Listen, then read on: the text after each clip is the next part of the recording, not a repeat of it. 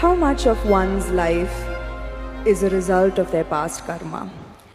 Are the injustices and unfairnesses that one faces in one's life a result of their past karma? If so, do you accept these injustices and find solace in the fact that, okay, the karma is being cleared, even though it might seem detrimental to our lives in so many ways? Samantha, you're old enough for this. I'm not saying you're old, I said you're old enough. Do you still expect the world to be fair to you? That's why I'm asking this question. Can I blame it on my past karma is what I'm asking. I want the world to be fair to me is a schoolgirl question. By now you should know the world is not fair. It will not be fair to you. But if you dig deep into yourself and have a taste of life, not a taste of your thought and emotion, the taste of life that you are, then you will see life is not just fair, it's just fantastic. So, do you want fair life or fantastic life? You must decide.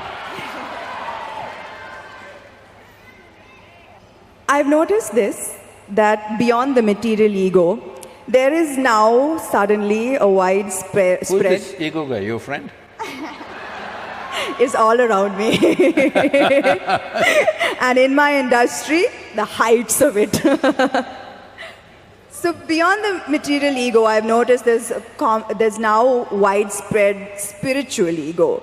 I've come across a lot of people who are now on a spiritual path, not you, Sadhguru, who consider themselves superior to people who are not on a spiritual path. How would you advise such people to ensure that they don't fall a prey to this new spiritual ego? First we'll address this ego guy, okay? If you show me where it is, I'll fix it right now.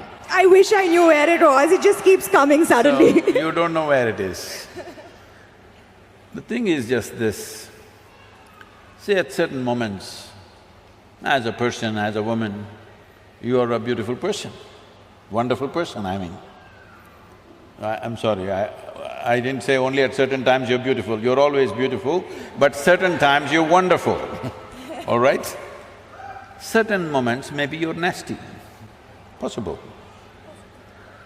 So whenever you're nasty, you say, it's my ego. Why don't you say, it's me, I'm sometimes wonderful, sometimes nasty. If you see this, naturally nastiness will go down. But if you say, whenever you're nasty, Mr. Ego does this, and you don't know where he is, you don't know his address or ID, nor do you know his phone number, so how do you fix this guy?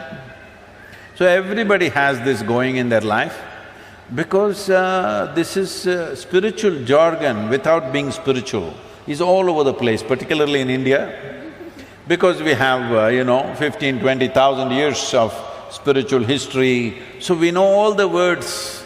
We know what Atma, Paramatma, this one, that one, Ahankara, everything we know, words only. Words only, noted. So we can just throw words like this and confuse the Western population quite a bit.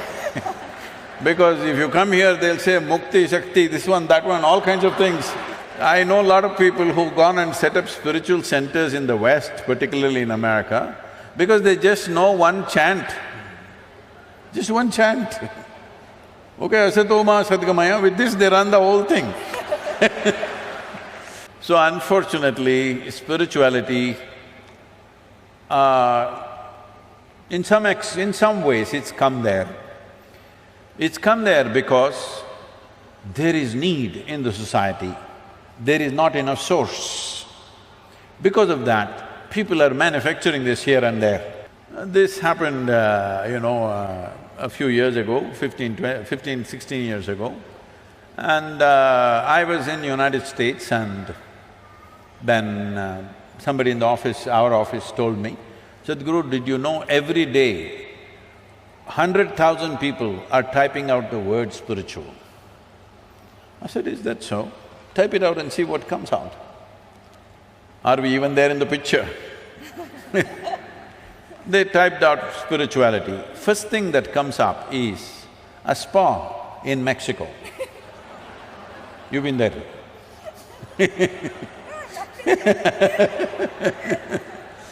And the next thing that comes out is a call girl in Northern California. She has learned all that SEO. For everything she says spiritual, spiritual, spiritual. 108 times she uses the word spiritual on our website. You say spiritual, she comes up, number 2. I thought this is a shame. For thousands of years, anything spiritual means people looked east. East means India, that's what it meant. So I said we must start something, a spiritual gateway, that if people say if they seek spirituality, they must look towards India. Because this is one culture which has spent maximum amount of time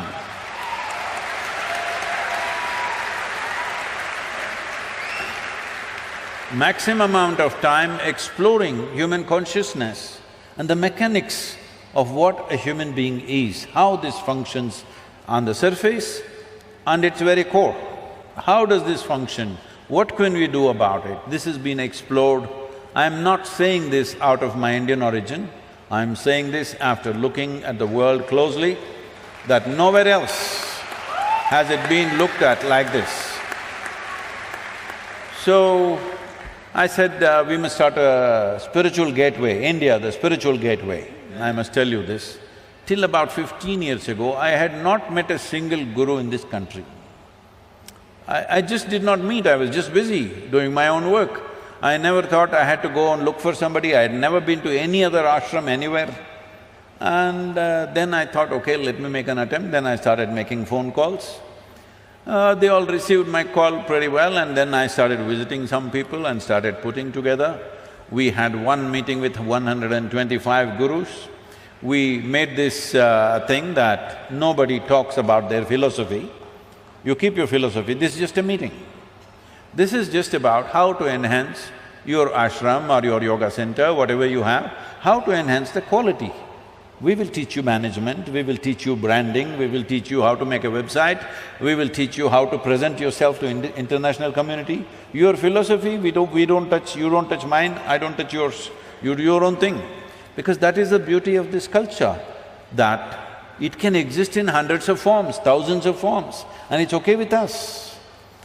So when I went about doing this, well, I met many wonderful people, but at the same time, at least 60 to 65%, it hurts me to say this, I found that if I walk into an airport or a golf course, I meet better men than in the so-called spiritual centers. Because it's full of jargon, no heart, no depth, no profoundness, simply one chant, one nonsense, one philosophy that they read somewhere. It's going on like this. This needs to change. So to bring this profoundness to people, as people get closer to me, I get harder and harder and harder. Those who are very close to me, I am bloody cruel. Yes, because just to bring integrity into spirituality is so hard. Because the moment they get spiritual, little, like you said, you're calling it spiritual ego, I call it spiritual airs. They get spiritual airs, air bubbles get in their head. Suddenly they start acting funny, they start saying things that don't exist, they start talking about nonsense that nobody understands.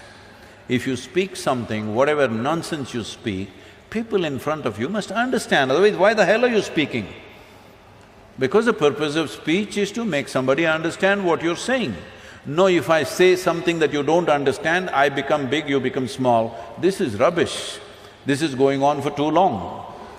So, this whole spirituality as a thing, unfortunately, has fallen on bad times, but slowly it is rising because people's longing is increasing. I must tell you this, 40 years ago when I first started the programs, in our engineering programs, in various different forms, 85% of the people used to come to the programs only for health problems.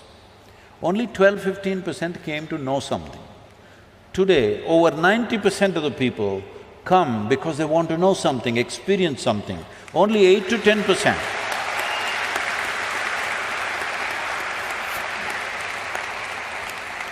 Only 8 to 10% are coming for health issues, which is a significant change in human consciousness. About this ego business, this is one thing we must settle. See, within you, is there only one person or two? I think one. You think one? I'm going to go with one. One. That means you're an individual. An individual means, the word individual comes from indivisible. You're not further divisible, that's good, you're an individual. If you are two, then you're either schizophrenic or possessed, psychiatrist or exorcist. Either a psychiatrist or an exorcist has to come.